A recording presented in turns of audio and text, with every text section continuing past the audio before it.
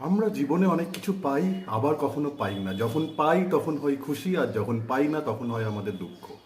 কিন্তু এই যে পাই, এই পাওয়ার জন্যে আমাদের এইমটা কি লাইফে ঠিক থাকে, এবং এইমটা যাতে অ্যাচিভ করি সেই জন্য কি আমাদের এফর্ট ঠিক থাকে, এটাই কিন্তু দেখার। আসুন একটা ছোট্ট গল্প বলি রামকৃষ্ণদেব এবং বিবেকানন্দ।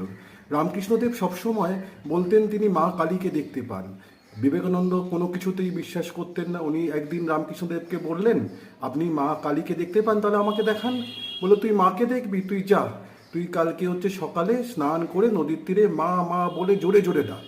বিবেকানন্দ গেলেন, স্নান করলেন, ভোরবেলা জোরে জোরে মা মা বলে ডাকলেন, কিন্তু মা কালীকে দেখতে পেলেন না। উনি বললেন, কোথায় মা? বললো, ঠিক আছে, তুই দেখতে পাসনি, তুই কালকে আবার যা স্নান করে, এবার কেঁদে কেঁদে ডাক। বিবেকানন্দ কেঁদে কেঁদে মা মা বলে ডাকলেন, কিন্তু দেখতে পেলেন না। তখন বললেন, কোথায় মা?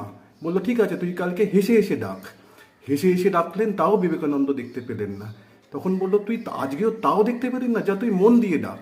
মন দিয়ে ডাকলেন, তাও বিবেকানন্দ মাকে দেখতে পেলেন না। বললো, তুমি কোথায়, কি বলছো? বললো, ঠিক আছে, তুই কালকে আমার সাথে চ। এবার হচ্ছে বিবেকানন্দ স্নান করার জন্য যেই এরকম ডুব দিয়েছে, রামকৃষ্ণদেব তার চুলের মুঠিটা এরকম ধরেছে, এরকম জোরে ধরে রয়েছে। বিবেকানন্দ বলছে, ছাড়ো ছাড়ো।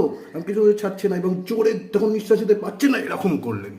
বললো, এই যে তোর যে এই এফোর্টটা ছিল বাঁচার জন্য, সেরকমভাবে তোর যদি এফোর্ট থাকতো মাকে দেখার জন্য, তাহলে তুই দেখতে পেতিস।